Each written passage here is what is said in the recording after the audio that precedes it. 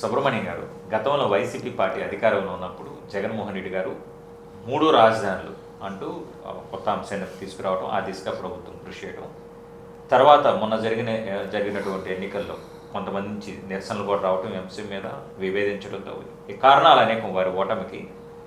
ఇటీవల అమరావతికి కట్టుబడి ఉంటాము అని అంటూనే మరలా వైసీపీలోనే మనకి విజయవాడ గుంటూరు మధ్య క్యాపిటల్ ఉండాలని చెప్పి జగన్మోహన్ రెడ్డి గారు ఒక సందర్భంలో ప్రస్తావించడం జరిగింది. అది కాకుండా మన 2-3 నెలల క్రితం మావిగన్ అంటూ మచిలీపట్నం, విజయవాడ, గుంటూరు ఇదైతే దీన్ని ఒక కారిడార్గా డెవలప్ చేస్తే తక్కువ నిధులతో రాష్ట్రాన్ని తొందరగా నిర్మించుకోవచ్చు, రాజధాని తొందరగా నిర్మించుకోవచ్చు అని వారు ప్రతిపాదించడం జరిగింది. ఈ అంశం పట్ల కూడా కొంతమంది మావిగన్ మంచి ఆప్షన్ అని కొంతమంది అంటే, కొంతమంది అది చాలా మావిగన్ అనేది అసలుకి ఏ విధంగా తెలివైన అంశం కాదని చెప్పి మరికొందరు విభేదిస్తున్నారు సార్. అసలు ఈ నేపథ్యంలో అమరావతి కేంద్రంగా రాజకీయాలు నడుస్తున్న ఈ నేపథ్యంలో మావిగన్ అంటూ జగన్మోహన్ రెడ్డి గారు తీసుకొచ్చిన ప్రతిపాదన వారికి రాజకీయంగా ఎలాంటి లబ్ధి చేకూరుస్తుందని మీరు భావిస్తున్నారు సార్? రాజధాని విషయంలో జగన్మోహన్ రెడ్డి ముఖ్యమంత్రిగాను బస్సు మిస్ అయ్యాడు, ప్రతిపక్ష నాయకుడిగాను బస్సు మిస్ అయ్యాడు. ఎలా అంటే, ప్రతిపక్ష నాయకుడిగా ఉన్నప్పుడు అమరావతి రాజధాని అంశాన్ని అసెంబ్లీలో ఆయన సపోర్ట్ చేశారు. 2019 ఎన్నికల్లో మేము ఇక్కడే ఉంటాం, ఇక్కడి నుంచి రాజధాని షిఫ్ట్ చేయమని పబ్లిక్ ఉపన్యాసాల్లో చెప్పారు. ఉమ్మారెడ్డి వెంకటేశ్వర గారు ప్రెస్ మీట్లో కూడా చెప్పారు. ఇప్పుడు మళ్ళా 3 రాజధానులని పెట్టి దాని మీద గందరగోళం అయిపోయి చివరిగా ఉన్న రాజధానిని డెవలప్ చేయకుండా 3 రాజధానులు పెట్టకుండా అర్ధాంతరంగా ఎన్నికలకు వెళ్ళి దానివల్ల నష్టపోయాడు ఆయన. ఇప్పుడు కూటమి ప్రభుత్వం వచ్చిన తర్వాత వాళ్ళు బీజేపీ కూటమిలో ఉండటం వల్ల కొంత ప్రోత్సాహం ఇస్తారు న్యాచురల్గానే. వాళ్ళు ఏదో తిప్పలు పడుతున్నారు. తిప్పలు పడుతున్నప్పుడు మళ్ళీ మావిగన్ మళ్ళీ ఇంకోసారి ప్రతిపక్ష నాయకుడిగా కూడా బస్సు మిస్ అయ్యాడు.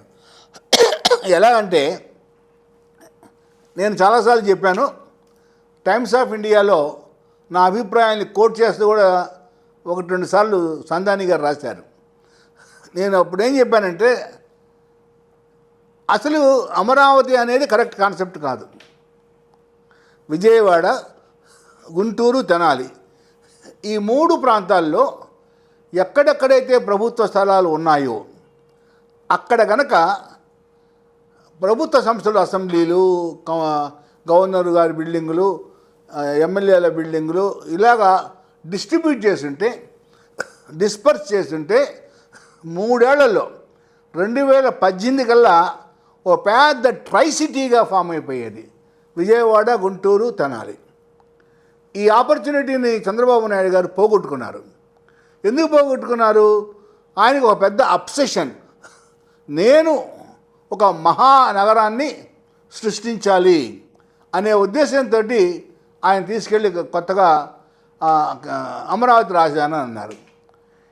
ఇక అప్పుడైనా 2019-24 మధ్యలో అయినా జగన్మోహన్ రెడ్డి గారు దాన్ని అలా వదిలిపెట్టేసేసి ఈ 3 పట్టణాల మధ్య ఎక్కడెక్కడైతే ప్రభుత్వ స్థలాలు ఉన్నాయో అక్కడ కనుక డెవలప్ చేస్తుంటే గొప్ప ట్రై సిటీగా 3 ఏళ్ళు అయిపోయేది. అలాగా ప్రతిపక్ష నాయకుడిగా ఇప్పుడు బస్సు మిస్ అయ్యాడు, ముఖ్యమంత్రిగా ఉన్నప్పుడు అప్పుడు బస్సు మిస్ అయ్యాడు.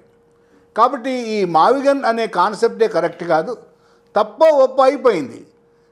ఆనాడు ప్రతిపక్ష నాయకుడు జగన్మోహన్ రెడ్డి, ఆనాడు ముఖ్యమంత్రి చంద్రబాబు నాయుడు గారు ఇద్దరు ఒప్పుకున్నారు. ఒప్పుకున్న తర్వాత మరలా దాని గురించి తర్జన భర్జన అనవసరం, దాన్ని వదిలేయటం మంచిదైనా జగన్మోహన్ రెడ్డి గారు దాని గురించి పట్టించుకోకుండా వాళ్ళ తప్పుడైతే వాళ్ళు పడతారో వదిలిస్తే పోతుంది.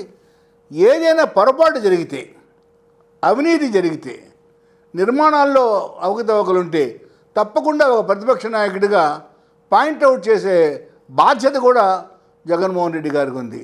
అలా కాకుండా మళ్ళీ ఇప్పుడు అది మార్చండి, ఇది మార్చండి అని చెప్పడం వల్ల ప్రజల్లో ఆయన పలచబడ్డం తప్పితే మరేమీ ఉండదు.